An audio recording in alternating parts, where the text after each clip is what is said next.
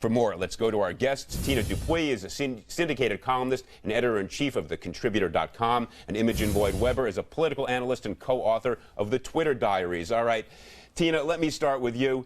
Did he release his tax returns because even though they're a bad story compared to everything else this week, they're better than what we've been talking about? Right. He's actually following through on a promise and being consistent about something. To me, he released 1 year or 2 years of tax returns finally. And where are the other 8 years? This was a standard started by his father. Let's see the other 8 years and let's discuss those tax returns for the last 10 years, not just the last 2 years. And so he's actually given us our issue for next week. This week he dumps on 47% of the public, showing absolutely no empathy, no sympathy, no understanding of how most folks live. Then he gives us on Friday afternoon 1 year of tax returns. So all weekend we can talk about, as you just did, where the other 8. Imogen, is this what we're going to now pivot to? Well, probably. I mean, fundamentally, he was head of Bain Capital for years and years and years. When he was buying a company at Bain Capital, he wouldn't do 2 years of full due diligence on a company he was buying. He would do years and years worth. He's going for the most important job in the world. We want to do proper due diligence on the man, so we want to see all the tax returns in full for at least 10 years. You know, I actually haven't heard it phrased quite that way. Somebody at the debates should ask him how many years of due diligence, how many years of tax returns he demanded, not only the companies that Bain bought, but also, as we now know, of those whom he inquired of for the possibility they'd be his vice presidential running mate. It certainly went beyond 2 years. Yeah. And so the tension here, the inconsistency is simply overwhelming. How about the number itself, 14.1%? Is that a lot of taxes? Well, no, it doesn't seem that way, and it's going to be very hard for him, of course, doing the shared sacrifice argument. Nobody minds that Romney is rich. In fact, it's America. You sort of celebrate that. Right. But the fact is he can't comprehend that the system is rigged in his favour. You know, normal people, they can't go offshore. They don't get amazing accountants to sort of cut all that money off their tax returns so that they can pay 14% fundamentally.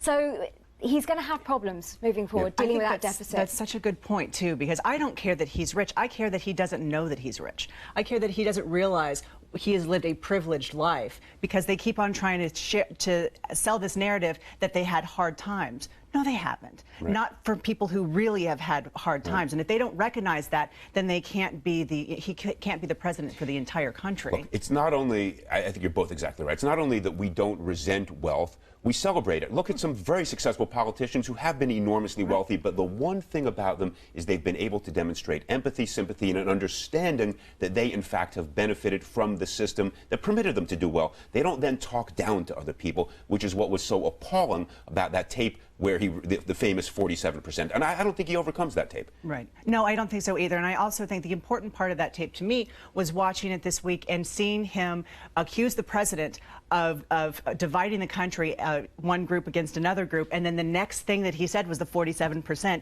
which is just more proof to me that he's running against himself from 10 minutes ago. Right. Well, but he's been running against himself since, I mean, this is the weather vane, the Etch-a-Sketch. He's given us all the metaphors we need. Relaunch. That's right. And so, Imogen, next week, what will he give us? Is it the demand for 8 more years of tax returns that we can now launch into? If Romney wins, it will be because of the economy and despite his campaign, because fundamentally he's been an absolutely awful candidate. But I think we're in danger here of saying, oh, it's over before it's over, and it may well not be. You know, you've got 2 jobs reports coming out before the election. Fundamentally, no president has been re-elected since 1936 with unemployment over 8%. So Obama hasn't got it quite yet. That is true, but here's why I think it is over. I think it's over because we have seen a sequence of job reports that are, in fact, quite poor. The public has internalized that and appreciates that we are on a trend line that is marginally, but only marginally better, and has not heard from Mitt Romney anything that sounds like a plan that will work. It has been properly cast, in my view, as nothing more than a rehash of what we did under George W. Bush, and the public understands that didn't work. And so I think Mitt Romney has had his chance to give an answer, hasn't given it coherently, hasn't given it persuasively, and now you look at the poll numbers in the swing states that we ran through, he's simply down by too much for anything other than, you know, Barack Obama making some sort of gaffe that he won't make to turn this thing around. That's how I see it. Well, it's also a party that's shrinking. They want fewer people to vote for them by going to their base, by not trying to have a big tent party. They've really had fewer and fewer people who want to show up for the Republicans. They basically are now angry white men. I mean, I was at the RNC, and the DNC, the contrast was stark in that the DNC looked like America in 2012 and the RNC looked like America in 1912. That's right. That's exactly right. And if you think about the gender gap that is real, yes, the gap among Latinos were by a margin of greater than 2-to-1, which is why it was fascinating to see Mitt Romney at the Univision event where he's saying, I won't deport people en masse. Well, but wait a minute. You've been standing near the most virulent anti-immigrant voices saying dreadful things, and now you show up and pretend that somehow immigrants and the Latino community in particular should be sympathetic. Imogen, how is he going to expand the tent? You're right. I mean, Tina's right. You can't win a national election these days just with angry white men. Well, exactly that, and the Republican Party certainly is going to have to be doing some soul-searching and probably some much-needed soul-searching if Romney loses. Right, and in fact, many people think it's already begun, yeah. and it is dangerous to write the obituary or to, as I said back, in another election context, do an autopsy when the cadaver is still alive. But it's beginning. People are beginning to figure out where does the Republican Party go to expand the tent with women, with Latinos, with African Americans. A coalition that, interestingly, George W. Bush was able to put together, because he was one of those guys who did live well. He was wealthy, much of it by birth, but he didn't demonstrate an antipathy towards those who had not yet succeeded, and a very different type of person. Right. He was a uniter, then a divider by the end of his tenure. So that, you just said something important. That's the trick. You can be a divider, but only after you've been reelected. Too early. You just took the lesson too early. That's a critical point. Now, the attacks on the president, are they going to work? This stuff about not being able to change Washington from the inside, I mean, that seems so futile at this point. Well, I think possibly not. Let's face it. The problem is Romney is a walking gaffe machine. So that when he blames Obama and says, "Oh, Obama, you've just made a gaffe," we then find out that he made a gaffe previously. Fundamentally, Romney needs to elevate his campaign, start talking some facts, start talking some statistics that are true.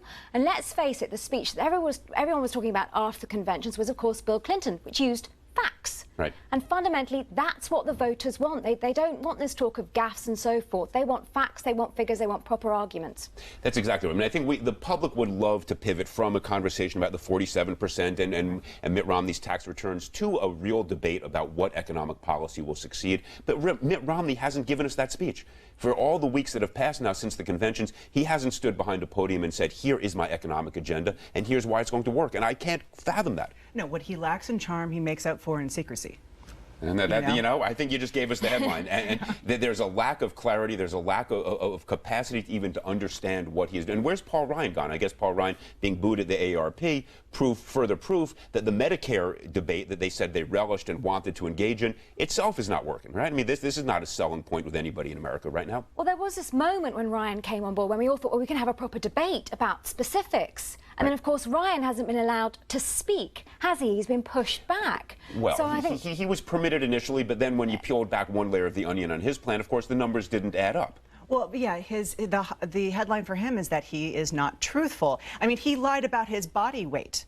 Or his body fat content is not true. Correct. He said that he ran a 3-hour marathon. Well, that's the one that bothered me. That's the one that bothered me. Yes. Now, have either of you ever run a marathon? I have run a marathon, and I'm going to push you. Do you remember your time? Yes, absolutely. Everyone remembers their time. I mean, this is asking like the date you got married. That's what kind of number that is. You just don't make that. You don't forget. And I wrote an article and I used exactly that line. I said, if you run a marathon, you do not forget your time. 3:58:44 is my time, and to be off by an hour there's something wrong. 5:17. 5:17. All right. Which is up there with Al Gore. Just he's about 10 minutes. Wait a minute, he's my boss. I don't. Okay. Al Gore's time was a good time. We're proud. So yeah, right. no, he's.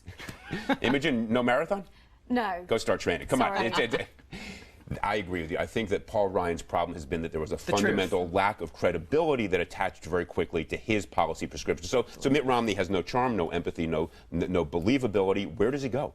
What does he do? He goes to the baseline. He starts saying things like, the world needs an American to lead it, that kind of stuff. I mean, he's going to the base. But when the Middle East was for 24 hours front and center, perhaps more than 24 hours, he again stumbled over himself with a comment that was so completely inappropriate that it was just one more gaffe in the long litany of gaffes. Well, certainly, and especially in regards to foreign policy, and I think that's scaring the international community somewhat, as it were, because you think, how on earth can this person be leader of the free world? And I think fundamentally there is all this talk about the 47% line being the big worry. Right. I think what happened over Libya actually was the bigger error over the past 2 weeks. Substantively, that was a much more serious gaffe. But we're not talking about Putin, who used what Romney said about Russia being our _1 enemy again to justify opposing our missile defense systems in Europe. I mean, that's a huge story that he is causing us harm by merely by being talk. A candidate. Right. Time for him to leave and go back to debating right away, as soon as fast as he possibly can. All right, Tina Dupuy, syndicated columnist and editor-in-chief of thecontributor.com, co-author of the Twitter Diaries, Imogen Lloyd Webber. Thank you both for your time tonight. Thank you. Coming up, the mystery that is Mitt Romney's tax plan. The editor-in-chief of Business Insider, Henry Blodgett, is here to fill in the blanks. More Viewpoint coming up.